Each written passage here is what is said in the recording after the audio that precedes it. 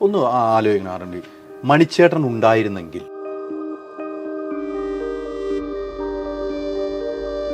മണിച്ചേട്ടൻ പോയി 8 വർഷം കഴിഞ്ഞു. ഇതുവരെയും ഒരാള് ഒന്ന് പറയാൻ, ഒരു പ്രതിഷേധം സംഘടിപ്പിക്കാൻ എന്തേ ഇവർക്കൊക്കെ മടി? ഇനി ചേട്ടൻ്റെ ചരമദിനത്തിന് ഒരാളെ വിളിച്ചാൽ പോലും തിരക്കാണ് അവർക്ക്. എല്ലാവരും മുമ്പിൽ ചിരിക്കുന്നുണ്ട്, കരയുന്നുണ്ട്. പക്ഷെ എങ്ങനെയോ ജീവിതം മുന്നോട്ട് പോകുന്നു ഈ 8 വർഷക്കാലമായിട്ട്.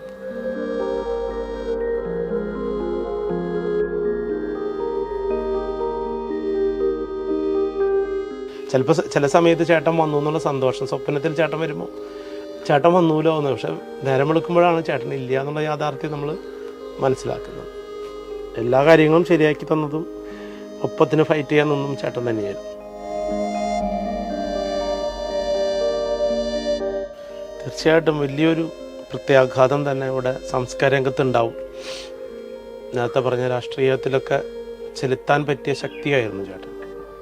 പൊതുജനങ്ങളുടെ സ്നേഹം, അതൊക്കെ ഇന്നാണ് ഞാൻ മൊബൈൽ നോക്കുമ്പോഴാണ് മനസ്സിലാക്കുന്നത്. അപ്പോഴാണ് നമ്മുടെ മനസ്സ് ഉരുകുന്നത്. അപ്പോൾ ഈ ഡ്രൈവർ പിന്നെ എൻ്റെ അടുത്ത് വന്നിരുന്നിട്ട് പറയും, എൻ്റെ മണിച്ചേട്ടൻ്റെ അനിയനല്ലേ, നിങ്ങളെ വഴിയിൽ നിർത്തിയിട്ട് പോയാൽ ഞങ്ങളുടെ മണിച്ചേട്ടൻ പൊറുക്കില്ല. നമസ്കാരം. കുറച്ച് ദിവസമായി ഈ വാർത്ത പ്രഷർ കണ്ടുകൊണ്ടിരിക്കുകയാണ്. എങ്കിൽ ഇന്ന് ഞാൻ വരാനുള്ള പ്രത്യേക സാഹചര്യമുണ്ട്. എൻ്റെ ഏറ്റവും അടുത്ത സുഹൃത്ത് തന്നെയാണ്.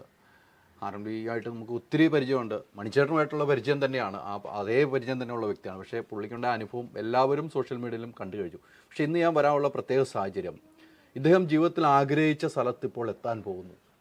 ഈ ഒരു സന്തോഷ വാർത്ത ദുഃഖത്തോടു കൂടി തന്നെ അറിയിക്കുകയാണ്. നമസ്കാരം. സന്തോഷം. ഈ പറഞ്ഞതുപോലെ നമുക്ക് ഒത്തിരി അടുപ്പങ്ങളുണ്ട് അല്ലേ? പിന്നെ ഒരുപാട് കാലമായി കാണാൻ തുടങ്ങിയിട്ട്. നമ്മളിപ്പോൾ വന്നതെന്ന് വെച്ചാൽ എല്ലാം കണ്ടു ഈ വാർത്തകൾ, പക്ഷെ നമ്മൾ ഒരിക്കലും എത്തില്ല എന്ന് പ്രതീക്ഷ കലാമണ്ഡലത്തിലേക്ക് ചിലങ്കണിയാൻ പോവുകയാണ്. അതെ, ആ ഒരു നിമിഷം ഒന്ന് ഓർത്തെടുത്തേ. വളരെയധികം സന്തോഷമുണ്ട്. കാരണം നമ്മളൊരു നർത്തകൻ അല്ലെങ്കിൽ നർത്തകി എന്ന് പറയുമ്പോൾ ആദ്യം കേരളത്തിലുള്ള ആളുകൾക്ക് ഓടി തന്ന്, കേരളത്തിൽ നല്ല ലോക കലാകാരന്മാരുടെ ശ്രദ്ധയിൽ കിടക്കുന്ന ഒരിടമാണ് കലാമണ്ഡലം. അപ്പോൾ ഈ കലാമണ്ഡലത്തിൽ ഒരു വേദി കിട്ടുക അല്ലെങ്കിൽ കലാമണ്ഡലത്തിൽ പഠിക്കുക എന്നൊക്കെ വലിയൊരു എന്താ പറയുക സ്വപ്നമായിരുന്നു. പക്ഷെ കുട്ടിക്കാലത്ത് നമുക്കതിന് സാധിച്ചില്ല. പക്ഷേ നമ്മുടെ ഈ കലയുടെ ഒടുങ്ങാത്ത ഒരു അഭിവാഞ്ച എന്നൊക്കെ പറയില്ലേ, അത് കാരണം കൊണ്ട് MPhil വിത്ത് PhD ചെയ്യാൻ അവിടെ എനിക്ക് ഭാഗ്യമുണ്ടായി. പക്ഷെ അതേപോലെ തന്നെ എനിക്ക് കുറേ ദുരനുഭവങ്ങളും ആ സമയത്ത് ഉണ്ടായി. അപ്പോഴൊക്കെ നമ്മൾ നമ്മുടെ ഒരു സത്വം പൊട്ടിച്ചുകൊണ്ട് നമ്മുടെ ഒരു സത്യസന്ധമായ കാര്യങ്ങളൊക്കെ പറയുമ്പം നമ്മളതൊരു പ്രശ്നക്കാരനാണ് അല്ലെങ്കിൽ എപ്പോഴും ഇങ്ങനെ ശബ്ദം ഉയർത്തിക്കൊണ്ടിരിക്കുന്നവൻ എന്നുള്ള രീതിയിൽ നമ്മളെ ചിലവരെങ്കിലും അത് മോശക്കാരനായിട്ട് കാണുകയുണ്ടായിരുന്നു. ആ സമയത്തൊക്കെ നമ്മുടെ സത്യം പുറത്തുവിടാൻ വേണ്ടി പലതരത്തിലുള്ള പയറ്റലുകളും നമുക്ക് നടത്തേണ്ടി വന്നു.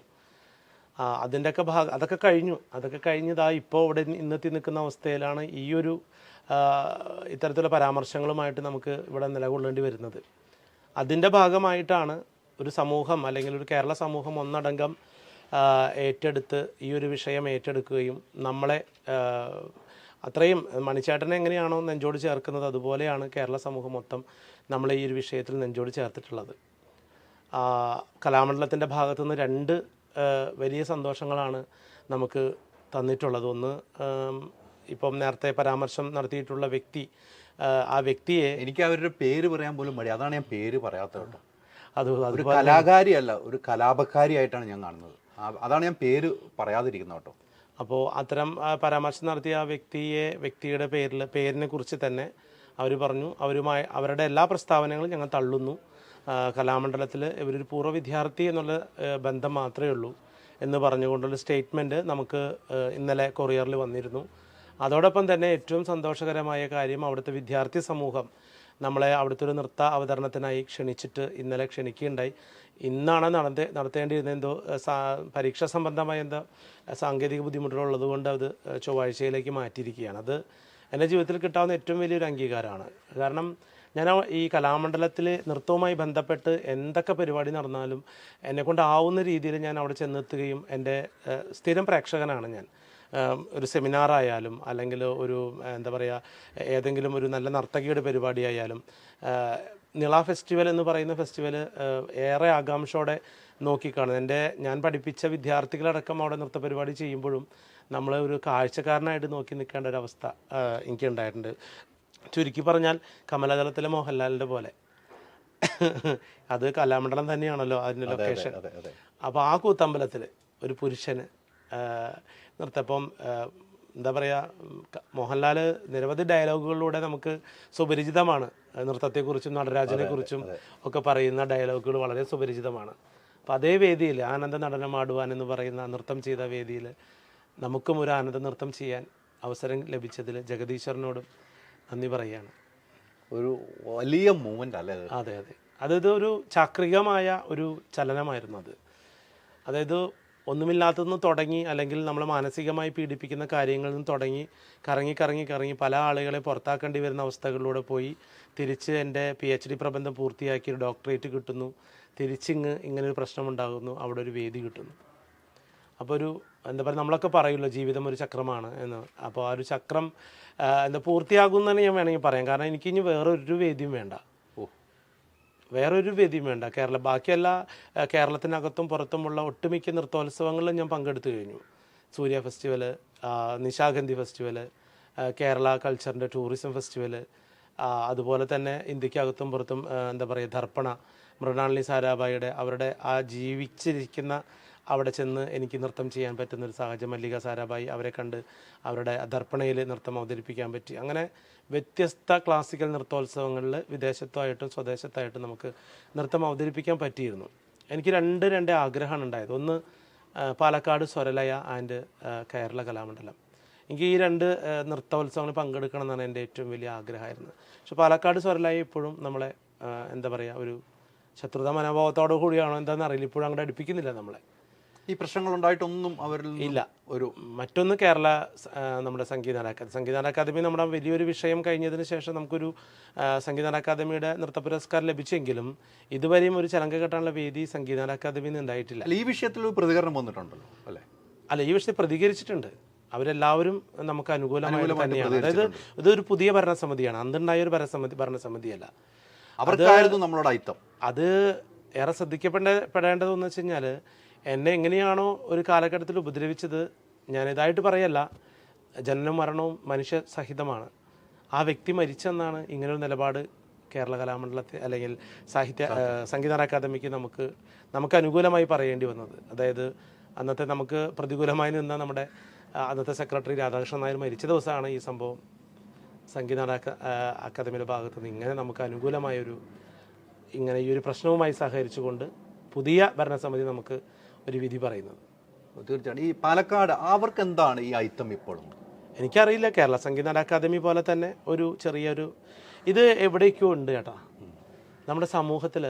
ഇപ്പം ഒരു സത്യഭാമ തുറന്നു പറയുന്നത് വെച്ച് കഴിഞ്ഞാൽ ആക്രമണ സ്വഭാവത്തോടെ തുറന്നു പറഞ്ഞു. ഇത്തരം സ്വഭാവങ്ങളുള്ള ഒരുപാട് ആളുകൾ നമ്മുടെ സമൂഹത്തിൽ ഇനിയുമുണ്ട്. സാംസ്കാരിക രംഗങ്ങളിൽ ഇരിക്കുന്നവരും ചില കലാസ്ഥാപനങ്ങൾ പഠിപ്പിക്കുന്ന അധ്യാപകരൊക്കെ ചില കുട്ടികൾക്ക് മാനസിക വിഷമം ഉണ്ടായിട്ടൊക്കെ നമ്മളെ വിളിക്കുകയും സംസാരിക്കുകയൊക്കെ ചെയ്തിട്ടുണ്ട്. എന്താണ് ഞങ്ങൾ ഫർദർ നടപടിയിലേക്ക് പോകേണ്ടത്? കാരണം ഇതിൻ്റെ എക്സ്പീരിയൻസ് എനിക്കാണല്ലോ. കാരണം ഇതിൻ്റെ ഏറ്റവും വലിയ അനുഭവസ്ഥ. അതെ. അപ്പോൾ ഈ ഇരയെ തേടി ഇപ്പോൾ ഉള്ള പല ഇരകളും എന്നെ വിളിക്കാറുണ്ട്. ഞങ്ങൾ ഇനി എന്താണ് ചെയ്യേണ്ടത്, അടുത്ത നടപടി എങ്ങനെയാണ് ഒരു കംപ്ലൈൻറ്റ് നമുക്ക് പോകാൻ സാധിക്കുക എന്നൊക്കെ പറഞ്ഞിട്ട്. അപ്പോൾ എനിക്ക് തോന്നിയ ഒരു കാര്യം, സമൂഹത്തിൽ എന്നെ ഒരു ദളിത് സമൂഹത്തിൽ വന്ന ഒരു നർത്തകൻ എന്നുള്ള രീതിയിലും എന്നെ കണ്ടുകൊണ്ട് ഇപ്പം കുറേ വിദ്യാർത്ഥികളുടെ ഇൻ്റർവ്യൂ ഒക്കെ എനിക്ക് കാണാൻ പറ്റി ഈ ഒരു കാലഘട്ടത്തിൽ. അപ്പോൾ അവർ പറയുന്നത് ഞങ്ങൾ കലാമണ്ഡലത്തിലായാലും RLVയിലായാലും പഠിക്കാൻ ചേർന്നത് RLV രാമകൃഷ്ണൻ മാസ്റ്റർ ഒരു ഐഡൻറ്റിഫിക്കേഷൻ കണ്ടിട്ടാണെന്ന് പല വിദ്യാർത്ഥികളും സ്റ്റേറ്റ്മെൻറ്റ് കൊടുക്കുന്നത് കണ്ടു ഞാൻ. അപ്പോൾ അപ്പോഴൊക്കെയാണ് എനിക്ക് തോന്നിയത്, കാരണം ഇത് ഞാൻ പ്രതികരിച്ചില്ലായിരുന്നുവെങ്കിൽ ഇവരോടൊക്കെ ചെയ്യുന്ന വലിയ ക്രൂരതയായി പോയേനെ. കാരണം അവർ നമ്മളെ ഒരു പ്രതിനിധിയായിട്ട് കാണുന്നു. ആ പ്രതിനിധി മിണ്ടാതെ ഇത് കേട്ടുകൊണ്ട് നിശബ്ദനായിട്ട് ഇരിക്കുകയാണെങ്കിൽ സമൂഹത്തിൽ ഇനിയും ഇതുപോലെ പുഴുക്കുത്തലുകൾ വീണ്ടും വന്നു ചേർന്നുകൊണ്ടിരിക്കും. അതായത് കറുത്ത വർഗ്ഗക്കാരായിട്ട് ആണിനും പെണ്ണിനും നൃത്തം ചെയ്യാൻ നല്ലതല്ല എന്ന് പറയുന്നത്, അല്ലെങ്കിൽ നമ്മുടെ കുഞ്ഞു മക്കൾ നമ്മളിപ്പം നിറം നോക്കിയിട്ടല്ലല്ലോ നമ്മുടെ ക്ലാസ്സുകളിലേക്ക് എന്താ പറയുക ഒറ്റടി വെച്ച് വരുന്ന പിള്ളേർ പോലും ഇവിടെ കലാകാരിയാക്കണം, അല്ലെങ്കിൽ ഇവിടെ നല്ല ഡാൻസിൽ നല്ല അല്ലെങ്കിൽ പാട്ടിൽ നല്ല ഇൻവോൾവ്മെൻ്റ് ഉണ്ട് എന്നൊക്കെ പറഞ്ഞ് നമ്മുടെ അടുത്ത് കൊണ്ടുവരുമ്പോൾ അച്ഛനമ്മമാർക്കൊരു സങ്കല്പം ഉണ്ടാവുക മക്കളിൽ. അവളിപ്പോൾ ഒരുപാട് സിനിമാ നടി ആവാനോ അല്ലെങ്കിൽ വലിയ നർത്തകി ആവാനൊന്നുമല്ല, അവരുടെ ഇടങ്ങളിൽ അവർക്കൊരു നൃത്തം ചെയ്യാൻ, അല്ലെ അവരുടെ മക്കളെ കൊണ്ടൊന്ന് ചിലങ്ക കെട്ടി അവരുടെ ക്ഷേത്രമുറ്റത്തൊക്കെ നൃത്തം ചെയ്യിപ്പിക്കാൻ വേണ്ടി ആഗ്രഹമായിരിക്കാം, അല്ലെങ്കിൽ ഒന്നുമല്ല വെറുതെ അവൾ നൃത്തം പഠിച്ചോട്ടെ എന്നുള്ള ആഗ്രഹമായിരിക്കാം. ഇതിനൊക്കെ വിഘാതം സൃഷ്ടിക്കുന്ന രീതിയിൽ കറുത്തവർ ഡാൻസ് കളിക്കണ്ട എന്നുള്ള രീതിയിൽ അതൊന്നും അതൊക്കെ അരാജകത്വമെന്ന് പറയുന്ന രീതിയിലൊക്കെ ഇതിനെ മാറ്റുന്നത് അത് നമുക്ക് സഹിക്കാൻ പറ്റുന്ന ഒരു കാര്യമല്ല. ഈ കലാമണ്ഡലത്തിൽ ചിലങ്ക കെട്ടാനുള്ള ഒരു ആവേശം ഭയങ്കരമായിട്ട് നിൽക്കുമല്ലേ. ഇനിയൊന്ന് ദിവസമായാൽ മതി, ചൊവ്വാഴ്ച എന്നുള്ള ദിവസം കിട്ടിയാൽ. സത്യമാണ് ഇന്നാണെന്ന് പറഞ്ഞപ്പോൾ തന്നെ നമ്മൾ ഇന്ന് ഏറ്റ പല പരിപാടികളും ക്യാൻസൽ ചെയ്തു. കാരണം ഇന്ന് ശ്രീകണ്ഠൻ നായർ സാറിന് 1 കോടിയിലേക്ക് ക്ഷണം കിട്ടിയ ഒരു ദിവസമാണ്. ഇന്നായിരുന്നു എൻ്റെ ഷൂട്ട് വെച്ചിരുന്നത്. ഞാൻ പറഞ്ഞു എനിക്ക് അതിനേക്കാളും വലിയൊരു കാര്യമാണ് കേരള കലാമണ്ഡലത്തിൽ. പക്ഷേ എന്താ പറയുക, അത് മാറിപ്പോയി, എന്തോ സാങ്കേതിക കാരണങ്ങൾ കൊണ്ട് അത് മാറ്റപ്പെട്ടു. ഞാൻ ഇന്ന് പോകുന്നു പറഞ്ഞിട്ട് നേരത്തെ വരുന്നത് എനിക്ക് എന്റെ വ്യൂ പോയിന്റ് അതായിരുന്നു. കലാമണ്ഡലത്തിൽ ചിലങ്ക കെട്ടാൻ പോവുകയാണ്. അതെ അതെ അതെ, അത് വലിയൊരു പോയിന്റ് ആയിരുന്നു. അതാണ് ഞാൻ തേടിയെത്തിയത്. മറ്റതൊക്കെ ഞാൻ വിട്ടു. പക്ഷെ അവിടെ ഈ സത്യഭാമ എന്ന് പറയുന്ന ആ കലാപകാരിയുടെ ഒരു വാക്ക് നമുക്കൊരു ഗുണം ചെയ്തു എന്നും കൂടെ ഞാൻ പറയേണ്ടതായി വരും. നമ്മളെ ഉപദ്രവിച്ചെങ്കിലും, അല്ലെങ്കിൽ അവരും നമ്മളെ തിരിച്ചറിയില്ലായിരുന്നു അല്ലെ. അങ്ങനെ എങ്ങടെയില്ലേ, അവരും തിരിച്ചറിയില്ലായിരുന്നു. ഇത്രയും നാളും നമ്മളെ അകറ്റി നിർത്തി ഒരു തിരിച്ചറിഞ്ഞല്ലോ. ഇനി നമുക്ക് വേണ്ട പാലക്കാടാണ് അല്ലേ. അത് ഇതൊക്കെ ചില ഇടങ്ങളിൽ ഇപ്പം നവോത്ഥാനം പറയുന്ന പല ആളുകളുടെ ഇടയിലും ചിന്തകൾക്ക് മാറ്റം വന്നിട്ട്. അതായത് കുറേ സീനിയർ ആയിട്ടുള്ള ആളുകളുണ്ടല്ലോ.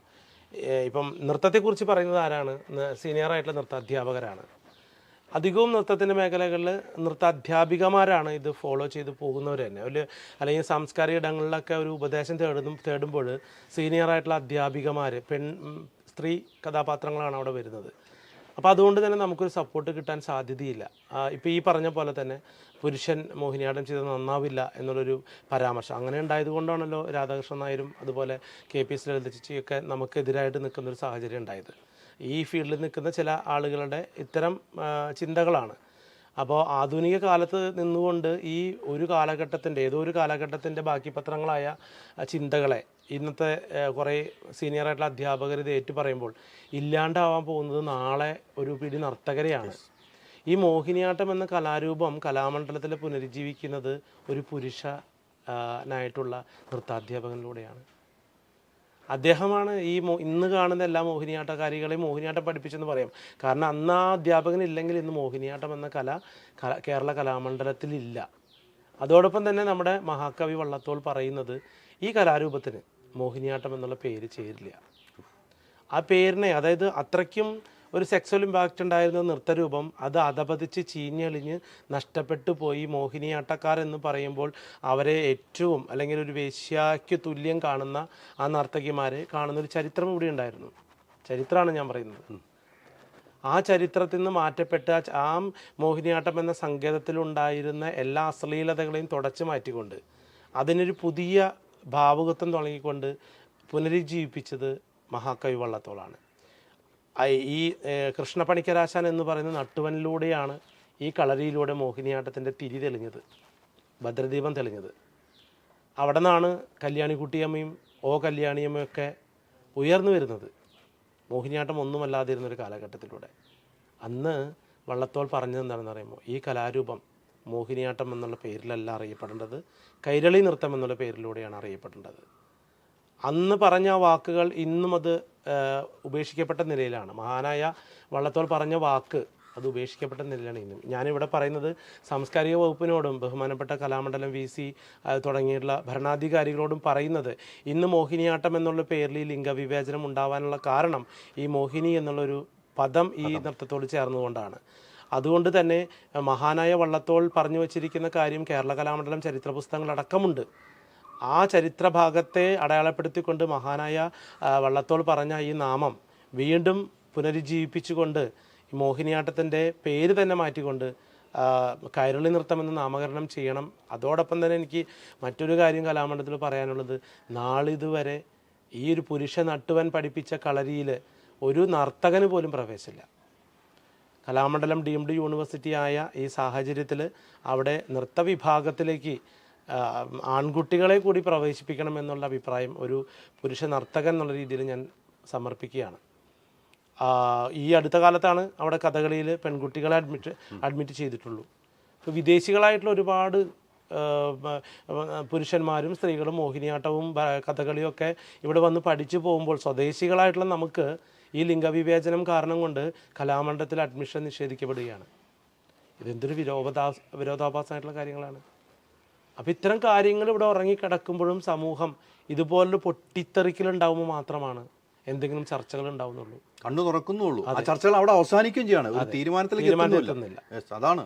അപ്പോൾ ഇനി ഈ ഒരു ചർച്ച അത്തരമൊരു മാറ്റങ്ങൾക്ക് ഉണ്ടാവണമെന്ന് ഞാൻ ബഹുമാനപ്പെട്ട സാംസ്കാരിക വകുപ്പിനോടും കേരള മുഖ്യമന്ത്രിയോടും ഞാൻ ഈ ഒരു പ്രശ്നത്തിൻ്റെ പുറകിൽ ഇത് അടിസ്ഥാനപരമായി ഈ സ്ഥാപനത്തിൽ തന്നെ നിലനിൽക്കുന്നു, അത് മാറ്റപ്പെടേണ്ടതാണെന്ന് ഞാൻ തുറന്നു പറയുകയാണ്. തീർച്ചയായിട്ടും. ഒന്ന് ആലോചിക്കണം, മണിച്ചേട്ടൻ ഉണ്ടായിരുന്നെങ്കിൽ, ഞാൻ അതിലേക്കാണ്, മണിച്ചേട്ടൻ ഉണ്ടായിരുന്നെങ്കിൽ ഈ സംഭവം ഇപ്പോൾ ഇവിടെ ഉണ്ടാവുമായിരുന്നു. ഇനി അതാൽ ഉണ്ടാകാം, ഈ വീട്ടിൻ്റെ മുന്നിൽ കാണുന്നത് ഒരു പിടി സിനിമാക്കാരെയായിരുന്നു. തീർച്ചയായിട്ടും. ഇന്ന് ആരുമില്ല. ഇന്നിപ്പം സോഷ്യൽ മീഡിയയിലൂടെ നമുക്ക് പ്രതികരണങ്ങൾ തന്നിരുന്നു. ഇന്ന് രാവിലെ തന്നെ ആശാ ശരത്ത് വിളിച്ചിരുന്നു. അങ്ങനെ വളരെ അപൂർവം ചില ആളുകൾ മാത്രം വിളിച്ച് സംസാരിച്ചിട്ടുണ്ടായിരുന്നു. ബാക്കിയൊക്കെ സോഷ്യൽ മീഡിയയിലുള്ള പ്രതികരണങ്ങളാണ്. അപ്പോൾ ഒരു ആൾ നേരിട്ട് വന്ന് ആശ്വസിപ്പിക്കാൻ ഒരു പക്ഷേ തിരക്കായിരിക്കാം കേട്ടോ, പറയാൻ എളുപ്പമാണ്. അല്ല, അത് ഈ ഒരു കാര്യത്തിൽ പോട്ടെ. പക്ഷേ മറ്റൊരു കാര്യത്തിൽ മണിച്ചേട്ടൻ പോയി 8 വർഷം കഴിഞ്ഞു. ഇതുവരെയും ഒരാൾ അങ്ങനെ ഒരു പിന്തുണയുമായിട്ട് ഏതെങ്കിലും കാര്യത്തിൽ നമ്മൾ സംഗീത അക്കാദമി വിഷയത്തിൽ നമുക്ക് ഒരു ആത്മഹത്യാ ടെൻഡൻസി അല്ലെങ്കിൽ അങ്ങനെ ഒരു പരിശ്രമം നടന്നു, അല്ലെങ്കിൽ അതിനുശേഷം നമ്മളൊന്ന് കൈപ്പിടിച്ച് ഉയർത്താൻ ആരെങ്കിലും, ചേട്ടൻ്റെ കൂടെ വർക്ക് ചെയ്ത നടന്മാരുണ്ടായിരുന്നു, അതുപോലെ ആ സഹപ്രവർത്തകരായിട്ടുള്ള ആളുകൾ സംവിധായകരായിട്ട് മാറിയിട്ടുണ്ടായിരുന്നു. ഒരുപാട് പ്രൊഡ്യൂസേഴ്സിനെ സഹായിച്ചിട്ടുണ്ട് ചേട്ടൻ, 10 പൈസ പ്രതിഫലം വാങ്ങിക്കാതെ. ഞാൻ വിളിച്ചു പറയല്ല, അല്ല, എനിക്കറിയാം, കുറേ എനിക്കും അറിയാവുന്ന ഒരാളാണ്. ഇന്നത്തെ സാഹചര്യം കണക്കിലെടുത്തിട്ട് ഒരു ചെറിയ അവസരം, എനിക്ക് വർഷത്തിൽ 1-2 സിനിമയിൽ ചെറിയ വേഷം മതി. ഞാൻ പറഞ്ഞത് സിനിമാ നടനാവാൻ വേണ്ടിയിട്ടല്ല. ഇന്നത്തെ സമൂഹത്തിൽ നമുക്ക് ഒരു നർത്തകൻ എന്നുള്ളൊരു ക്വാളിറ്റി നമ്മളിലുണ്ടല്ലോ. അപ്പോൾ എനിക്ക് ഇത് വെച്ചിട്ട് എനിക്ക് നൃത്ത പരിപാടികൾ അവതരിപ്പിച്ച് മുന്നോട്ട് പോകാമായിരുന്നു, എൻ്റെ ജീവിതം മുന്നോട്ട് കൊണ്ടുപോകാം. കാരണം ഇത്രയും ക്വാളിഫൈഡ് ആയിട്ട് നമുക്കൊരു ജോലി, ഒരു പ്ലേസ്മെൻറ്റ് കിട്ടിയില്ല ഈ ഇത്രയും വർഷമായി. പിന്നെ ഒരു നൃത്ത പരിപാടി എന്നെ സംബന്ധിച്ചിടത്തോളം വലിയൊരു സാമ്പത്തികമായി തരാനായിട്ട് ആരും മെനക്കെടുന്നില്ല. കാരണം അവർ പറയുന്നത് അപ്പോഴും നിങ്ങളുടെ കൂടെ ഒരു സിനിമാ നടി കൂടെ കളിക്കാനുണ്ടെങ്കിൽ ഞങ്ങൾ പറഞ്ഞ പൈസയ്ക്ക് ഞങ്ങൾ ചെയ്തു തരാം എന്നാ പറയുന്നത്. അപ്പോൾ എൻ്റെ ഇപ്പുറത്ത് വാമഭാഗത്തൊരു സിനിമാ നടിയാണ് അവർ പ്രതീക്ഷിക്കുന്നത്. അപ്പോൾ എനിക്കപ്പോൾ സിനിമയുടെ ഇതില്ലാത്തത് കൊണ്ടാണ് മണ്ണിയുടെ അനിയൻ എന്നുള്ള രീതിയിൽ ഇപ്പോൾ നമ്മൾ 4-5 സിനിമകളൊക്കെ ചെയ്തുവെങ്കിലും അത്തരമൊരു വാല്യൂ നമുക്ക് വന്നിട്ടില്ല. അപ്പോൾ ഇങ്ങനെ നമുക്ക് എന്തെങ്കിലും ഒരു സഹായം ഇവരുടെ ഭാഗത്ത് നിന്നുണ്ടാകുമ്പോൾ നമുക്ക് സുഖമായിട്ട് പോവാം. പക്ഷെ ഒരുപാട് സാധ്യതകളുണ്ട്, അന്നൊന്നുമില്ല. ഒരുപാട് സാധ്യതകളുണ്ട്. എനിക്കൊരു അസിസ്റ്റൻറ്റ് പ്രൊഫസറായിട്ട് കയറാനുള്ള സാധ്യതയുണ്ട്, അത് കിട്ടുന്നില്ല. എന്നാൽ നിങ്ങളൊക്കെ വിചാരിക്കുന്നു മണിച്ചേട്ടൻ്റെ അനിയനല്ലേ. എന്നോട് ഒരുപാട് ആൾക്കാർ ചോദിക്കാറുണ്ട്, ബസ്സിൽ യാത്ര ചെയ്യുമ്പോൾ, ട്രെയിനിൽ യാത്ര ചെയ്യുമ്പോൾ, എന്തുകൊണ്ടാണ് ഇങ്ങനെയൊക്കെ യാത്ര ചെയ്യുന്നത്, നിങ്ങൾക്ക് സിനിമയിൽ അഭിനയിക്കാമല്ലോ, മണിച്ചേട്ടൻ്റെ അനിയനായുമ്പോൾ ആരെങ്കിലുമൊക്കെ ചോദിച്ച അവസരം തരില്ലേ എന്നൊക്കെ ചോദിച്ചുകൊണ്ട് ഒരുപാട് ആൾക്കാർ സൗഹൃദ സംഭാഷണത്തിൽ സംസാരിക്കാറുണ്ട്. പക്ഷെ ഞാൻ എവിടെയാണ് ചെന്ന് ചോദിക്കുക, ആരോടാ ചെന്ന് ചോദിക്കുക? അപ്പോൾ നമ്മളൊരു നടൻ എന്നുള്ള രീതിയിൽ നമുക്ക് അത്യാവശ്യം കഴിവ് തെളിയിച്ച പടങ്ങൾ എന്തായാലും നിങ്ങളുടെ കയ്യിലുണ്ടല്ലോ. നമ്മുടെ കയ്യിലുണ്ട്. തിയേറ്ററപ്പായി നമ്മളാണ് ഡിജിറ്റൽ റൈറ്റ്സ് വാങ്ങിയിരിക്കുന്നത്. അപ്പോൾ അത്തരം പടങ്ങളിൽ നമ്മുടെ പ്രകടനങ്ങൾ കാണുമ്പോൾ, പടത്തിൻ്റെ വിജയപരാജയങ്ങൾ എന്തും ആവട്ടെ, ഒരു ആർട്ടിസ്റ്റ് എന്നുള്ള രീതിയിൽ ഒരു പെർഫോമൻസിനെ നോക്കുമ്പോൾ ഇയാളെ കൊണ്ട് ഇപ്പം ഞാൻ ചെയ്തത് മോശമാണെങ്കിൽ പോലും ഇയാളുടെ ടാലൻ്റ് ഉണ്ട്, ചെയ്തെടുപ്പിക്കാം എന്നെങ്കിലും ഒരു തോന്നലില്ല ആരെങ്കിലും ഇല്ല. അങ്ങനൊരു വരവ് ആരുടെ ഭാഗത്തുനിന്ന് ഉണ്ടായില്ല. ആ ഒരു വിഷമം വലിയ വിഷമമാണ് അല്ലേ? വിഷമം എന്ന് വെച്ചാൽ ഞാൻ നേരത്തെ പറഞ്ഞല്ലോ, സിനിമാ നടനാകുക അല്ലെങ്കിൽ സെലിബ്രിറ്റി ആകുക എന്നുള്ളൊരു ആഗ്രഹമല്ല. നമുക്ക് ഇതിൻ്റെ ഭാഗമായിട്ട് നമ്മുടെ ഒരു ജീവിതം, ഒരു നൃത്ത പരിപാടികളൊക്കെ മുന്നോട്ട് കൊണ്ടുപോകുന്നതിനൊപ്പം തന്നെ ചേട്ടൻ ചെയ്തു വെച്ച ഒരുപാട് കാര്യങ്ങളുണ്ട്. ഒരുപാട് സഹായങ്ങൾ ചോദിക്കുന്ന ആൾക്കാർ ഇവിടെ വരുന്നുണ്ട്. അവർക്കൊക്കെ എന്തെങ്കിലും, ഇപ്പോൾ ഒരു ക്യാൻസർ പേഷ്യൻറ്റ്, അങ്ങനെ ഒരുപാട്. ഇപ്പോഴാണ് ചെറിയൊരു വരവ് കുറഞ്ഞിട്ടുള്ളൂ. കാരണം ഇവിടെ വന്നാൽ ഒന്നുമില്ല കിട്ടാൻ, അല്ലെങ്കിൽ ഇതാണ് നമ്മുടെ സാഹചര്യം എന്നുള്ളത് ആൾക്കാർ മനസ്സിലായത് കൊണ്ട് ഇപ്പോൾ അങ്ങനെ വരുന്നെങ്കിലും നമുക്ക് സമൂഹത്തിന് വേണ്ടി എന്തെങ്കിലും നിലകൊള്ളാൻ ചേട്ടൻ്റെ പേരിൽ എന്തെങ്കിലുമൊക്കെ ചെയ്യാൻ സാധിക്കുകയാണെങ്കിൽ എന്തായാലും നമുക്കിങ്ങനെ മനസ്സുണ്ടല്ലോ. ആ മനസ്സിന് സാമ്പത്തികമില്ല, നമുക്കൊന്നും ചെയ്യാൻ കഴിയില്ല. ഈ വിരലിലുണ്ടാവുന്ന ആളുകൾ മാത്രമാണ് സോഷ്യൽ മീഡിയയിലോട് വന്ന് അല്ലേ? ആശാ ശരത്ത് വന്നു, നവ്യ നായർ വന്നു അല്ലേ? സോഷ്യൽ മീഡിയയിലാണ്. ആശാ ശരത്ത് നേരിട്ട് നവ്യ വിളിച്ചിരുന്നു? ഇല്ല. ആശാ ശരത്ത് നേരിട്ട് വിളിച്ചിരുന്നു. ഇതൊന്നും അല്ലാതെ സുരേഷ് ഗോപി അദ്ദേഹത്തിന് കുടുംബക്ഷേത്രത്തിലേക്ക് എന്തുമായിക്കോട്ടെ എന്തുമായിക്കോട്ടെ ക്ഷണിച്ചു അല്ലേ? അപ്പോൾ ആ താങ്കൾ പറഞ്ഞ എനിക്കുള്ളൂ, ഒരു സിനിമാ മേഖലയിൽ ഒരാളെങ്കിലും ഇങ്ങനെ പറഞ്ഞല്ലോ എന്ന് ഞാൻ പറഞ്ഞു. അത് 8 വർഷം കഴിഞ്ഞിട്ട് ഒരു വിളി വന്നതുകൊണ്ടാണ്. അത് 8 വർഷം നമുക്ക് ഇതിനകം, അതായത് നമ്മുടെ കുടുംബത്തിൽപ്പെട്ട ആളുകൾ എന്നുള്ള രീതിയിലാണ് നമ്മൾ ഇവരെയൊക്കെ കണ്ടത്. എന്തെന്ന് വെച്ച് കഴിഞ്ഞാൽ ചേട്ടനുള്ള സമയത്ത് നമ്മൾ അങ്ങനെയാണല്ലോ ഇവർ നമ്മളോട് പെരുമാറിയിട്ടുള്ളത്. അതെ അതെ. സ്വന്തം സഹോദരനെ പോലെ, അല്ലെങ്കിൽ നമ്മുടെ വീട്ടിൽ വന്ന് കിടക്കുന്നു, ഉറങ്ങുന്നു, ഭക്ഷണം കഴിക്കുന്നു, നമ്മൾ വിളമ്പി കൊടുക്കുന്നു. ഇവർ വരുമ്പോൾ നമുക്കൊരു ഉത്സവമാണ്. ചേട്ടൻ പോയതോട് കൂടി ഇത് അങ്ങോട്ട് പോകുമ്പോൾ നമ്മുടെ മനസ്സിൽ അവിടെ എല്ലാം ആർ&ബി ആ വീടിൽ ഓടി നടക്കുകയാണ്. അതെ അല്ലേ? അതെ. ഇവരോടൊപ്പം അപ്പൊ നമ്മൾ ഇവരുടെ ഒരു പ്രസൻസ് നമ്മൾ ആഗ്രഹിച്ചത്. എൻ്റെ സഹോദരനെ പോലെ കണ്ടവരാണ് ഇവരെല്ലാവരെയും. ഇവർക്ക് എല്ലാവർക്കും എന്നെ അറിയാം. കണ്ണൻ എന്ന പേരിൽ ഇവർക്ക് എന്നെ എല്ലാവർക്കും അറിയാം. ഇന്നിപ്പോൾ നമ്മളുടെ അവസ്ഥ എങ്ങനെയായിട്ട് പോലും ഇപ്പോൾ ആരുമില്ല. നേരത്തെ പറഞ്ഞ പോലെ ഒന്നും കൂടെ പറഞ്ഞ് ഞാൻ ആ വിഷമം പിൻവലിക്കുകയാണ്. തിരക്കായിരിക്കും അവർക്ക്. അതുകൊണ്ട് നമ്മൾ അങ്ങനെ പ്രതീക്ഷിക്കുന്നു. കാരണം എല്ലാവരും തിരക്കുള്ളവരാണല്ലോ. ഇനി ചേട്ടൻ്റെ ചരമദിനത്തിന് ഒരാളെ വിളിച്ചാൽ പോലും തിരക്കാണ് അവർക്ക്. ഒരാളെ കിട്ടാൻ നിവൃത്തിയില്ല. കാരണം സിനിമയെ റെപ്രസെൻ്റ് ചെയ്ത് ആരെങ്കിലും ഒരാൾ വരും, വരുത്തണം അല്ലെങ്കിൽ എന്നുള്ളത് കൊണ്ട് നമ്മൾ പലവരും വിളിക്കും. പക്ഷേ ഇതാണ് അവസ്ഥ. അല്ല, ഞാൻ ഉൾക്കൊണ്ട് തന്നെയാണ് ചോദിച്ചത് ഈ കാര്യങ്ങൾ. ഞാൻ ഈ വിഷയങ്ങളുണ്ടായിട്ട് നമ്മൾ പല സോഷ്യൽ മീഡിയയും നോക്കുന്നു, ഒരാളുടെ ഒരു പ്രതികരണം കാണുന്നില്ല. അല്ലേ? ഇത് ഇന്നല്ല, ഇതിനു മുമ്പും വിഷയങ്ങളുണ്ടായി. ഇത് വലിയ സമൂഹം ഏറ്റെടുത്തൊരു വിഷയമായി മാറി. അല്ലെ? വലിയ സമൂഹം, ലോകത്തുള്ള എല്ലാ മലയാളികളും ഏറ്റെടുത്തൊരു വിഷയമായി. എന്നിട്ട് പോലും ഒരു തൻ്റെ അടുത്തോടു കൂടി ഒന്ന് ഇറങ്ങി ഒന്ന് പറയാൻ, ഒരു പ്രതിഷേധം സംഘടിപ്പിക്കാൻ എന്തേ ഇവർക്കൊക്കെ മടി? അതിപ്പോൾ ഞാൻ സിനിമാ നടനല്ലാത്തത് കൊണ്ടായിരിക്കാം. വേണമെങ്കിൽ സിനിമാ നടൻ്റെ അനിയനാണല്ലോ. അവിടെയാണ് ഞാൻ മണി ഉണ്ടായിരുന്നെങ്കിൽ, മണിച്ചേട്ടൻ ഉണ്ടായിരുന്നെങ്കിൽ ഈ വീട്ടിൽ സിനിമാക്കാരുടെ തിരക്കായിരിക്കും. അതെ അതെ, തീർച്ചയായിട്ടും. കാരണം ഞാൻ മണിച്ചേട്ടൻ കാണണ്ടേ? അല്ലേ? എന്നാണ് ഞാൻ കാണുന്നത്. അത് അന്നോ ഒപ്പം നിന്ന ഒരു വ്യക്തി എന്നുള്ള രീതിയിൽ നിങ്ങൾക്കത് പറയാൻ സാധിക്കും. ഞാൻ പറഞ്ഞാൽ അത് വേറെ രീതിയിൽ ആൾക്കാർ വേറെ രീതിക്ക് തെറ്റിദ്ധരിക്കും. എനിക്ക് തോന്നുന്നു മണിച്ചേട്ടൻ പറഞ്ഞൊരു കാര്യം ഇപ്പോഴും ഉണ്ട്. ചെറുപ്പത്തിൽ ആണ് കണ്ണൻ എന്ന് വിളിക്കുന്ന ആളുകൾ ഓടി നടക്കുമ്പോൾ അന്ന് മണിച്ചേട്ടൻ പറഞ്ഞൊരു ഓർമ്മ എൻ്റെ മനസ്സിൽ വന്നു. ഇവനെ ഡാൻസ് പഠിപ്പിക്കണം, ഇവൻ ഡാൻസുകാരനാകാനാണ് ഇഷ്ടം. എപ്പോഴും നിങ്ങൾ തമ്മിൽ വാക്കുകൾക്കുണ്ടാവും, തർക്കങ്ങളുണ്ടാവും, തമാശക്കാണ്. അല്ലെ? ഇതൊക്കെ ഒരു ചരിത്രമല്ല വീട്ടിൻ്റെ ഉള്ളിൽ? തീർച്ചയായിട്ടും. ഇവിടെ ഇപ്പം എന്താ പറയുക, ഞങ്ങൾ ചേട്ടനെ എന്നെ വിഷമിപ്പിക്കുന്ന സമയത്ത് അമ്മ പറയും ഇവനെ ഞങ്ങൾ പിച്ചക്കാരന് കൊടുക്കും, വിൽക്കാൻ പോവാണ് എന്നൊക്കെ പറയുമ്പോൾ ചേട്ടൻ ഭയങ്കര പേടിയാണ്. അപ്പോൾ നമ്മളെ കൂടുതൽ സ്നേഹിക്കും. അങ്ങനെയാണ് ഞങ്ങളുടെ ഈ 8 മക്കളെന്ന് പറയുന്നത്. ഞങ്ങൾ അതുപോലെ ജീവിച്ചവരാണ്. ഞങ്ങൾ എന്താ പറയുക, ആനന്ദം, ദരിദ്രത്തിലാണെങ്കിലും ഞങ്ങൾ അന്ന് അത്രയും സന്തോഷത്തിലാണ് ഞങ്ങൾ ജീവിച്ചു പോകുന്നത്. പക്ഷേ ദുഃഖം ഉണ്ടായതെന്ന് വെച്ച് കഴിഞ്ഞാൽ ചേട്ടൻ പോയതിന് ശേഷം ഞങ്ങളുടെയൊക്കെ കുടുംബ ബന്ധങ്ങളെക്കുറിച്ച് വളരെ മോശമായിട്ട് സോഷ്യൽ മീഡിയയിലൊക്കെ പ്രചരിച്ചപ്പോൾ ഈ സത്യം എങ്ങനെ തുറന്ന് പറയും, അല്ലെങ്കിൽ ഇവരെങ്ങനെ തുറന്ന് കാണിക്കും എന്നുള്ളൊരു സംഭവം ഉണ്ടായിരുന്നു. അതിൽ നീറി നിൽക്കുകയാണ് ഇപ്പോഴും നമ്മൾ. ഇവരൊക്കെ ആ ഒരു രീതിയിലാണ് കാണുന്നത്. എൻ്റെ സഹോദരൻ മരിച്ചിട്ട് അതൊന്ന് അന്വേഷിക്കണം എന്ന് പറഞ്ഞപ്പോൾ പലവരും അതുവരെ കൂടെ നിന്ന പലവരും മാറി. എനിക്ക് അതിനെക്കുറിച്ച് അറിയണമല്ലോ.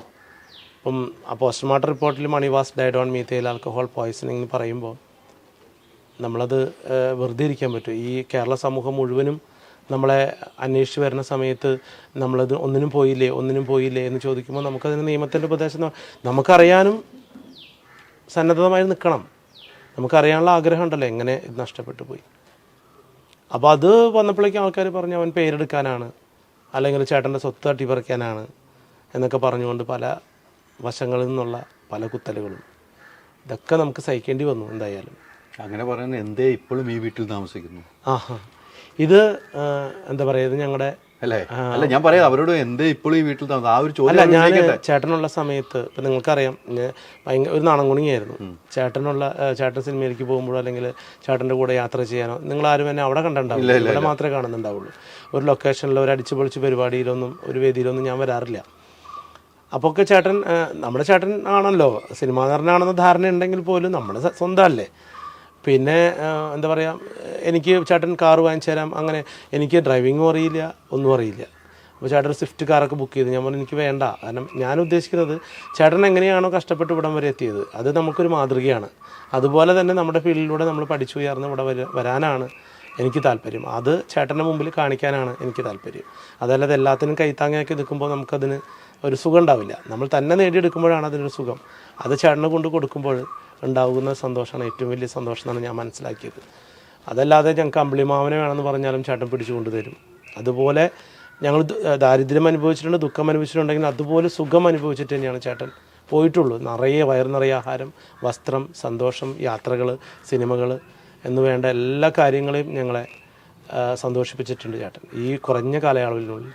ഞങ്ങളുടെ ബന്ധങ്ങൾ അങ്ങനെയായിരുന്നു, ഞങ്ങളുടെ സഹോദര ബന്ധങ്ങളും കുടുംബ ബന്ധങ്ങളും അങ്ങനെയായിരുന്നു.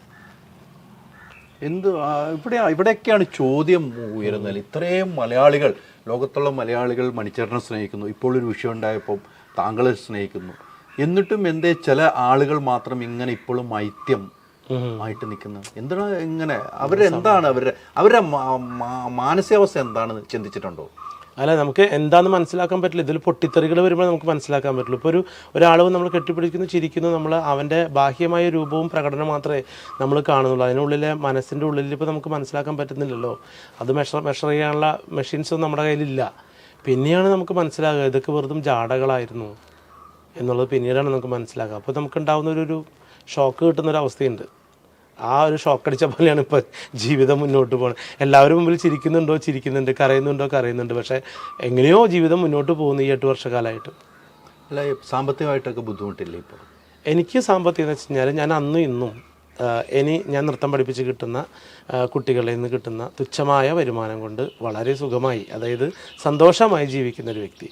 ഒരുപാട് ആർഭാടങ്ങൾ എനിക്കില്ല, അല്ലെങ്കിൽ ഒരുപാട് എന്താ പറയുക ലക്ഷറീസ് വേണമെന്ന് ആഗ്രഹിക്കുന്ന ഒരാളല്ല ഞാൻ എന്തെങ്കിലും യാത്രകൾക്ക് പോവുകയാണെങ്കിൽ ഒരു വണ്ടി വാടകയ്ക്ക് വിളിക്കും, അതിൻ്റെ വാടക ഞാൻ ചെല്ലണം എന്ന് പറയുന്ന ആൾക്കാർ കൊടുത്തോളും.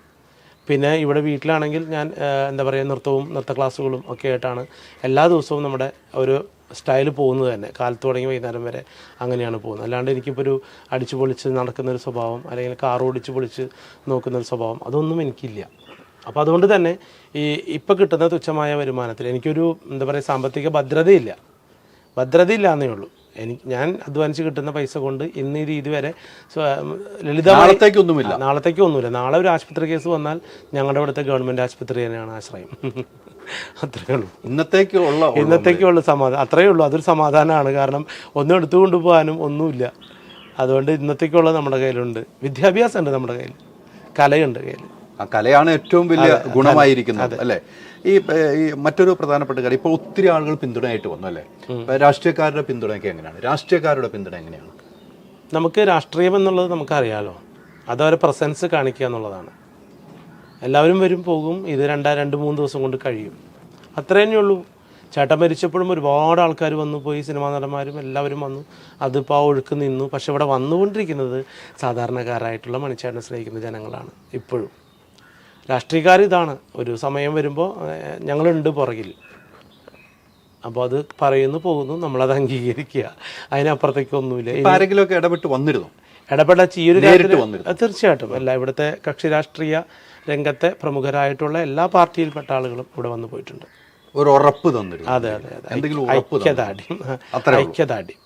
അത് പറയാൻ എളുപ്പമാണല്ലോ അല്ലേ? പറയാൻ മാറി വരുന്ന ഭരണങ്ങൾക്ക് വേണമെങ്കിൽ താങ്കൾ ഒരു നൃത്താധ്യാപകനായി നിർത്താനൊക്കെ പല സോഴ്സും ഉണ്ട്, എന്നിട്ടും ചെയ്തിട്ടില്ല. ഇല്ല, അതൊന്നും ഉണ്ടായിട്ടില്ല. ഇനിയും ഞാൻ പറയാന്ന് വെച്ച് കഴിഞ്ഞാൽ ഇത്തരത്തിലുള്ള വിവേചനങ്ങൾ ഇനിയും താഴേക്ക്, ഇപ്പം എനിക്ക് ഉണ്ടായതോ താഴേക്കടയിലുള്ള നമ്മളെ പുറത്ത് വരുന്ന പിള്ളേർക്ക് ഇനി ഉണ്ടാവരുത്. അതുകൊണ്ട് ഇതുപോലെയുള്ള ഈ സംഭവങ്ങളെ അടിസ്ഥാനപ്പെടുത്തിക്കൊണ്ട് കലാമേഖലയിൽ ഇങ്ങനെ വിവേചനം ഉണ്ടാവാതെ സൂക്ഷിക്കണം. അതിന് ഞാൻ നേരത്തെ പറഞ്ഞ പോലെയുള്ള ഇപ്പോഴും നിലനിൽക്കുന്ന ചില വിവേചനപരമായിട്ടുള്ള കാര്യങ്ങൾ ഒഴിവാക്കിക്കൊണ്ട് ജനങ്ങൾക്ക് തുറന്നു കൊടുക്കണം മാത്രമേ എനിക്ക് പറയാം. ഇപ്പം നമ്മൾ നേരത്തെ പറഞ്ഞ മണിച്ചേട്ടനെ കുറിച്ച് പറഞ്ഞു. മണിച്ചേട്ടൻ ഇപ്പോൾ ഉണ്ടായിരുന്നെങ്കിൽ എന്ന് ചിന്തിച്ചില്ലേ ഈ വിഷയം ഉണ്ടായപ്പോൾ? തീർച്ചയായിട്ടും നമുക്ക് ഓരോ ദിവസവും അദ്ദേഹം ഉണ്ടായിരുന്നെങ്കിൽ തന്നെയാണ്. ഓക്കെ, എല്ലാ ദിവസവും വേണമെന്നോ ഈ ഒരു ഇഷ്യൂ? അതെ, നമ്മുടെ അത് കുടുംബപരമായിട്ട് നമ്മൾ ചിന്തിക്കുമ്പോൾ അങ്ങനെയാണ്. ഞാൻ പല ബുദ്ധിമുട്ടുകളുണ്ടാകുമ്പോൾ ചേട്ടനൊന്ന് വന്ന് തിരിച്ചു പോയിരുന്നെങ്കിൽ, അല്ലെങ്കിൽ ഒന്ന് വന്ന് കണ്ടുപോകാൻ, ഇതൊന്ന് പറയാനായിട്ട്, അങ്ങനെയൊക്കെ നമ്മൾ ചിന്തിക്കുമല്ലോ.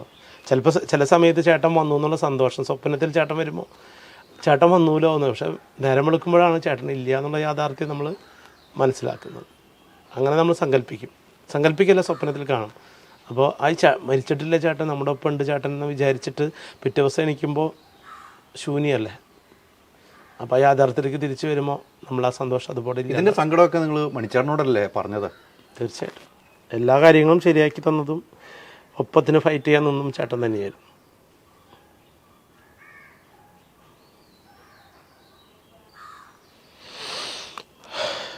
ഒത്തിരി വേദനിപ്പിച്ചിട്ടുണ്ട് താങ്കൾ, ഒത്തിരി വേദന അനുഭവിച്ചിട്ടുണ്ട്, ഒത്തിരി സങ്കടങ്ങളും അതോടൊപ്പം എല്ലാം ഉള്ളിൽ ഒതുക്കി ചിരിച്ചു നടക്കുന്നൊരു രമേഷിനെയാണ് ഞാൻ കണ്ടിരിക്കുന്നത്. എപ്പോഴും ചിരിച്ചു നടക്കുന്ന, ഓരോന്ന് ചോദിക്കുമ്പോൾ വീണ്ടും സങ്കടത്തിലേക്ക്. താങ്കൾ ഇത്രമാത്രമാണ് ആ മണിച്ചേട്ടൻ്റെ അടുത്തേക്ക് ഇഴുകിച്ചേർന്നു എന്നുള്ളതിൻ്റെ തെളിവാണ് ഇപ്പോഴും താങ്കൾ ഈ കണ്ണ് നിറയുന്നുണ്ടെങ്കിൽ. പറയുന്നവർ പലതും പറയും, പക്ഷേ താങ്കളുടെ വേദന ശരിക്കും അറിയാവുന്ന ഒരു വ്യക്തി ഹൈദരലി എന്ന നിലയിൽ തന്നെ ഈ കാര്യങ്ങൾ ഞാൻ ചോദിച്ചതും. ഞാൻ കണ്ടിരിക്കുന്ന ഇവിടെ വരുമ്പോൾ ഓടിച്ചാടി നടക്കുന്ന ഒരു കൂട്ടുകാരനെ പോലെ, കൂടപ്പുറപ്പിനെ പോലെ അല്ലായിരിക്കും മണിച്ചേട്ടൻ്റെ കൂടെ ഓടി നടക്കുന്നത്. ഞാൻ കണ്ടിരിക്കുന്നത് അങ്ങനെയാണ്. ഇവിടെയാണ് ഇന്നത്തെ ആ സാഹചര്യം വീണ്ടും വീണ്ടും നമ്മൾ ഓർത്തെടുക്കുന്നത്. ഇപ്പോൾ ഉണ്ടായിരുന്നെങ്കിൽ എനിക്കൊരു കൈത്താങ്ങാകുമായിരുന്നു എന്ന്. ആ ചിന്താഗതിയാണ് താങ്കളെ ഇങ്ങനെ, അല്ലേ? ഇപ്പം ഈ സത്യഭാമ എന്ന് പറയുന്ന വൃത്തികെട്ട ആള് ഇങ്ങനെ പറഞ്ഞപ്പോഴും അമ്മയെ വിളിച്ചു, പെറ്റ തള്ള സഹിക്കില്ല എന്ന് പറഞ്ഞു. ആ ഒരു വിളി അമ്മയാണ് വിളിച്ചത്, സ്വന്തം അമ്മയാണ് വിളിക്കുന്നത്. ആ ഒരു സാഹചര്യം മണിച്ചേട്ടനും കൂടെ ഉണ്ടായിരുന്നെങ്കിൽ ഒന്ന് ആലോചിക്കൂ. തീർച്ചയായിട്ടും വലിയൊരു പ്രത്യാഘാതം തന്നെ ഇവിടെ സംസ്കാര രംഗത്തുണ്ടാവും. നേരത്തെ പറഞ്ഞ രാഷ്ട്രീയത്തിലൊക്കെ ചെലുത്താൻ പറ്റിയ ശക്തിയായിരുന്നു ചേട്ടൻ. എന്തെങ്കിലും ഒരു നിലപാടുകൾ ഇന്ന് തന്നെ ഉണ്ടായേനെ, അന്ന് തന്നെ ഉണ്ടായേനെ ചേട്ടൻ ഉണ്ടായിരുന്നെങ്കിൽ. ഒരു ചർച്ചയ്ക്കും അല്ലെങ്കിൽ ഇതുപോലത്തുള്ള കാര്യങ്ങൾക്ക് നിൽക്കാതെ പെട്ടെന്ന് തന്നെ ഒരു നിലപാടുകൾ അന്ന് തന്നെ സർക്കാരിൻ്റെ ഭാഗത്ത് അന്ന് തന്നെ തീരുമാനം ഉണ്ടായേനെ. എന്ത് വൈകുന്നു? ഒരു വൈകും. ഇപ്പോൾ ഇത്ര വൈകാരികമാകുന്നത് നമുക്ക് ഏറ്റവും വേണ്ടപ്പെട്ട ആൾക്കാർ നമ്മുടെ അടുത്തെത്തുമ്പോഴാണ്. ചിലപ്പോൾ സാധാരണ ഒരു ഒരുപാട് ചാനലിൽ ഇൻ്റർവ്യൂ ചെയ്യുമ്പോൾ നമുക്കൊന്നും അങ്ങനെ ഒരു ഫീൽ ഉണ്ടാവില്ല. നമ്മുടെ ജീവിതവും ചേട്ടനും ഒക്കെ കുടുംബമൊക്കെ ആയിട്ട് ബന്ധപ്പെട്ട് നിൽക്കുന്ന ആളുകൾ നമ്മുടെ അടുത്തേക്ക് എത്തുമ്പോൾ തീർച്ചയായിട്ടും ഒരു വേദനയുണ്ടാവും. അപ്പോഴായിരിക്കും നമ്മളറിയാതെ ചങ്കുപൊട്ട്. ഇന്നലെ മിനിഞ്ഞാന്നാളും ഞാനൊരു മരം പോലെയായിരുന്നു. എന്തൊക്കെയോ നടക്കുന്നുണ്ട്, പോകുന്നുണ്ട്. പക്ഷെ ഇന്നാണ് എൻ്റെ റിയാലിറ്റി മനസ്സിലാക്കുന്നത്. പൊതുജനങ്ങളുടെ സ്നേഹം അതൊക്കെ ഇന്നാണ് ഞാൻ മൊബൈൽ നോക്കുമ്പോഴാണ് മനസ്സിലാക്കുന്നത്. അപ്പോഴാണ് നമ്മുടെ മനസ്സ് ഉരുകുന്നത്. എന്തായാലും പിടിച്ചു നിൽക്കാണ്ട് വയ്യല്ലോ മരിക്കുന്നത് വരെ. എന്തൊക്കെ പിടിച്ചു നിന്നു അല്ലേ? അതെ, ഏറ്റവും വലിയ നഷ്ടമായിരുന്നു. പിന്നെ ചേട്ടൻ പോയതിന് ശേഷം നമ്മളെങ്ങനെ തുടർന്ന് ജീവിക്കും എന്നുള്ളൊരു ചിന്തയുണ്ടായിരുന്നല്ലോ. അവിടെ നിന്ന് നമ്മൾ സമൂഹത്തിൽ എൻ്റെ ചേട്ടനെ കുറിച്ച് പറഞ്ഞ അവമതികൾ ഒരുപാട് ഞാൻ കേട്ടു. അപ്പോൾ ചേട്ടൻ്റെ ശബ്ദമായിട്ട് എനിക്ക് മാറേണ്ടി വന്നു. പലയിടത്തും എനിക്ക് സംസാരിക്കേണ്ടി വന്നു. ഈ പറയുന്ന കൂടെ നിന്ന കുറേ താരങ്ങൾ വരെ നമ്മളെ ശത്രുപക്ഷത്ത് നിർത്തേണ്ടി വന്നു. പക്ഷേ അവർക്ക് മനുഷ്യേട്ടൻ മരിച്ചിട്ട് വിഷമമുണ്ടെങ്കിൽ ഞങ്ങൾ കുടുംബക്കാർക്ക് ഞങ്ങളുടെ ഗൃഹനാഥനും കൂടപ്പിറപ്പും അച്ഛനും അമ്മയുമായിട്ടുള്ള ആളാണ് പോയിട്ടുള്ളത്. അപ്പോൾ ഞങ്ങളുടെ വിഷമം എന്താണെന്ന് അവർ മനസ്സിലാക്കേണ്ടതായിരുന്നു. എല്ലാവരെയും അല്ല ഉദ്ദേശിച്ച ചില ആളുകളെ. മനസ്സിലായി. എല്ലാ യാത്രയിലും, ഇപ്പോഴുള്ള യാത്രയിലും മണിച്ചേട്ടൻ്റെ മടിയിലിരുന്നാണ് യാത്ര ചെയ്യുന്നൊരു വിശ്വാസത്തിലുള്ള യാത്ര ചെയ്യുന്നത്. അതായത് ഓരോ ഇടങ്ങളിലും ചേട്ടൻ്റെ ആത്മാക്കളും അതൊക്കെ ഓരോ അംശങ്ങളായിട്ട് ഓരോരുത്തരായിട്ട് എവിടെയെങ്കിലും ചെന്ന് എന്തെങ്കിലും പെട്ടുപോയാൽ തന്നെ നമ്മുടെ മുമ്പിലേക്ക് ഓടിയെത്തും. ഞാൻ ഒരു ഉദാഹരണം, ഈ അടുത്ത് കലാമണ്ഡലത്തിന് മുമ്പിൽ നിൽക്കുകയാണ് ഞാൻ. അപ്പോൾ ഇനി ബസ് കിട്ടുമോ എന്നൊരു പേടിയുണ്ടായിരുന്നു. തന്നെ ഞാൻ പ്രൈവറ്റ് ബസ്സുകളൊക്കെ കഴിഞ്ഞു. അവിടുത്തെ ഇതുപോലെ തന്നെ ഞാൻ പറഞ്ഞില്ല, എല്ലാ പരിപാടിയും ഞാൻ കാണാൻ പോകും. അപ്പോൾ ആ പരിപാടി നിന്ന് കഴിഞ്ഞപ്പോഴാണ് പിന്നെ ഇനി ബസ് എപ്പോഴായിട്ട്. അപ്പോൾ അലക്ഷ്യമായിട്ട് ഞാൻ വന്ന ട്രാൻസ്പോർട്ടിനെ കൈ കാണിച്ചു കഴിഞ്ഞ് ട്രാൻസ്പോർട്ട് ബസ് കുറേ അങ്ങ് ദൂരത്ത് കൊണ്ട് നിർത്തി. അത് കഴിഞ്ഞിട്ട് ഞാൻ ഓടിച്ചെന്നു. ബസ്സിലല്ല, ഞാൻ കണ്ടക്ടർ ഇങ്ങനെ കൈ കാണിച്ച് വിളിച്ചു വരാൻ പറഞ്ഞിട്ട്. ഞാൻ ഓടി അവിടം വരെ ഏകദേശം ഒരു 500 മീറ്ററോളം ഓടേണ്ടി വന്നിട്ടുണ്ടായിരുന്നു അവിടെ നിന്ന്. അപ്പോൾ കഴിഞ്ഞപ്പം എനിക്ക് തോന്നുന്നത് സ്വിഫ്റ്റ് പോലത്തെ ഒരു ബസ്സായിരുന്നു. അപ്പോൾ അതിലെന്ന് വെച്ചാൽ കണ്ടക്ടർ കം ഡ്രൈവറാണല്ലോ. അപ്പോൾ ഈ ഓടിച്ച ഡ്രൈവർ വണ്ടി നിർത്തിയിട്ട് പിന്നെ കണ്ടക്ടറോട് ഡ്രൈവ് ചെയ്യാൻ പറയാണ്. അപ്പോൾ ഈ ഡ്രൈവർ പിന്നെ എൻ്റെ അടുത്ത് വന്നിരുന്നിട്ട് പറയും, എൻ്റെ മണിച്ചേട്ടൻ്റെ അനിയനല്ലേ, നിങ്ങളെ വഴിയിൽ നിർത്തിയിട്ട് പോയാൽ ഞങ്ങളുടെ മണിച്ചേട്ടൻ പൊറുക്കില്ല എന്ന് പറയുന്ന കെട്ടിപ്പിടിച്ച് ഉമ്മ വെച്ചുകൊണ്ട് അത്രയും അങ്ങനെ സ്നേഹിക്കുന്ന ആളുകൾ വരെയുണ്ട്. ഞാൻ കാലടിയിൽ ബസ് കാത്ത് നിൽക്കുന്ന സമയത്ത് പലവരും എനിക്ക് ലിഫ്റ്റ് തരാൻ വേണ്ടി വിളിക്കും. അതൊക്കെ ചേട്ടനോട് ഇഷ്ടമുള്ളത് കൊണ്ടും ഒക്കെയാണ്. അപ്പോൾ അങ്ങനെയാണ് ചേട്ടൻ. എവിടെ പോയി നമ്മൾ നിന്നാലും നമ്മളെത്തിക്കേണ്ടോടത്തേക്ക് ചേട്ടൻ തന്നെ എത്തിക്കും. ചേട്ടൻ്റെ പ്രതിനിധികളായി പല രൂപത്തിലും പല ഭാവത്തിലും നമ്മുടെ മുമ്പോട്ട് അവർ വരും. വഴിയിൽ കിടക്കേണ്ടതായി വരില്ല. ഇല്ല, ഒരിക്കലും ഇതുവരെ അങ്ങനെ ഉണ്ടായിട്ടില്ല. എവിടെ പോയാലും നമുക്ക് കൃത്യമായ അടുത്തേക്ക് നമ്മളെ കൊണ്ടു ചെന്നെത്തിക്കും. അതാണ് ചേട്ടൻ. ആ ചേട്ടൻ്റെ അനുജനാണ് ഇപ്പോൾ. ഇല്ല, ഇത് എന്താ പറയുക, നമ്മളിപ്പം സൗഹൃദത്തിൻ്റെ പേര് സംസാരിച്ചപ്പോൾ നിങ്ങളുടെ കണ്ണെന്നറിയാൻ കാരണം എൻ്റെ കണ്ണെന്നറിയാൻ കാരണം ആക്ഷൻ ആൻഡ് റിയാക്ഷനാണ്. ഒരു ഒരു ഒരു തിരുനാളം ഉള്ളിലുള്ളത് കൊണ്ടാണ് അങ്ങനെ ഉണ്ടാവുന്നത് തന്നെ.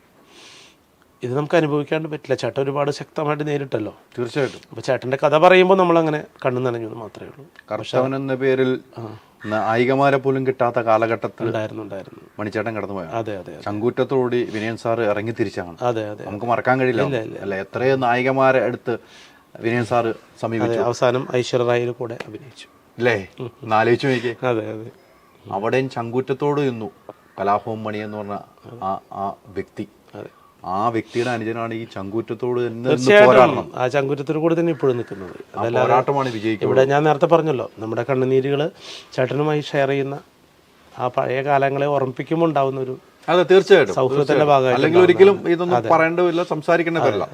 ഞാൻ ഇന്ന് തേടിയെത്തിയത്, ഞാൻ തുടക്കത്തിൽ പറഞ്ഞു, ഞാൻ തേടിയെത്താനുള്ള കാരണം, ഇന്ന് വരാനുള്ള കാരണം, മറ്റതെല്ലാം കഴിഞ്ഞു. ഇന്ന് വരാൻ ഏറ്റവും ആഗ്രഹിച്ച കലാമണ്ഡലത്തിൽ നമ്മൾ ചിലങ്ക കെട്ടാൻ പോവാണ്. ആ ഒരു സന്തോഷം ഏറ്റവും കൂടുതൽ സന്തോഷം ഇപ്പം മണിച്ചേട്ടനായിരിക്കും. അതെ, ചേട്ടൻ കലാമണ്ഡലത്തിലെ അഡ്മിഷൻ എനിക്ക് MPhil PhD കിട്ടാതായപ്പോൾ MA ബേബി സാറുമായിട്ട് ഭയങ്കര കസർത്ത് നിർത്തിയാണ്. നിങ്ങൾ എന്താണ് SC വിഭാഗത്തിൽപ്പെട്ട ഒരാൾക്ക് അഡ്മിഷൻ കൊടുക്കാത്തതെന്ന് ചോദിച്ചു. അപ്പോൾ അവിടെ 4 സീറ്റുള്ളൂ. 4 സീറ്റും മറ്റു ആൾക്കാർക്ക് റിസർവേഷൻ ഇല്ലാതെ തന്നെ കൊടുത്തു കഴിഞ്ഞു. പിന്നെയാണ് പറഞ്ഞ് ആ റിസർവേഷൻ ഫില്ല് ചെയ്ത് 8 സീറ്റാക്കി. അതിലൊരു സീറ്റ് എനിക്ക് വാങ്ങിച്ചു തന്നു. വാങ്ങിച്ചതെന്ന് വെച്ചാൽ നമുക്ക് അർഹതയുള്ള സീറ്റ്. അത് കഴിഞ്ഞ് പിന്നെ പരീക്ഷ കഴിഞ്ഞു, റാങ്ക് വന്നു, ഫസ്റ്റ് റാങ്ക്, ടോപ്പ് സ്കോററായിരുന്നു. കുറച്ച് നാൾ കഴിഞ്ഞപ്പം മാർക്ക് അങ്ങോട്ട് തിരുത്തി മാറ്റി. അവിടെയും ചേട്ടൻ ബഹളം വെച്ചു. പത്രങ്ങൾ എഴുതി വീണ്ടും ഇത് ബന്ധപ്പെട്ടവരെ ശ്രദ്ധയിൽപ്പെടുത്തി. അത് നമുക്ക് തിരിച്ചു കിട്ടി. അപ്പോൾ ഇവിടെയൊക്കെ അങ്ങനെ ചേട്ടനെ ശരിക്കും നിരന്തരം ഞാൻ ഈ കാര്യം പറഞ്ഞുകൊണ്ട് ശല്യപ്പെടുത്തിക്കൊണ്ടിരിക്കും. പാവം. അതിന് എന്താ പറയുക, ഇത് കേൾക്കുമ്പോൾ മനസ്സമാധാനമില്ലല്ലോ ദൈവമേ എന്നൊരവസ്ഥയിലേക്ക് എത്തുമല്ലോ. തീർച്ചയായിട്ടും പഠിക്കാൻ പോലും പറ്റുന്നില്ല, സീറ്റ് കിട്ടുന്നില്ല, പഠിച്ച് കഷ്ടപ്പെട്ട് മാർക്ക് വാങ്ങിച്ചിട്ട് അത് നിരസിക്കപ്പെടുന്നൊരു സാഹചര്യം ഒക്കെ ഉണ്ടായിട്ടുണ്ട്. അവിടെയൊക്കെ നിരന്തരം ഇങ്ങനെ ആൾ ഇറത്ത് തന്നുകൊണ്ടിരുന്നു.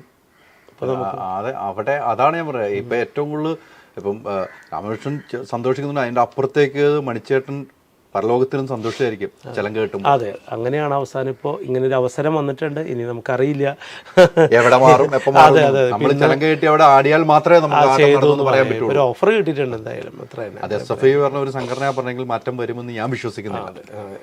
ധീരമായി പോരാടുന്ന സംഘടനയാണല്ലോ, അതുകൊണ്ട് നമ്മൾ വിശ്വസിക്കാമെന്ന് മാത്രമേ ഞാൻ പറയൂ. ഇനി മറ്റുള്ളവരെന്താണെന്നും നമുക്ക് പറയാൻ പറ്റില്ല. ഇങ്ങനെയും മാറിയ ചരിത്രങ്ങളൊക്കെ ഉണ്ടല്ലോ അല്ലേ. അതെ അതെ. എന്തായാലും പോരാടുക, കൂടെ ഉണ്ടാവും. തീർച്ചയായിട്ടും നിങ്ങളെപ്പോലെ ആളുകൾ ഇവിടെ ഉണ്ടല്ലോ, കൂടെ ഉണ്ടാവും. കറുത്തതാണ് ഏറ്റവും അഴക്, കറുപ്പിനാണ് അഴകുള്ള എന്ന് നമ്മൾ പാടിക്കേട്ടിട്ടുണ്ട്, നമ്മൾ നേരിട്ടുണ്ട്. ഞാനും കറുപ്പാണ്, നിങ്ങളും കറുപ്പാണ്. എന്തിനേ കറുപ്പിനെ മാറ്റി നിർത്തണം?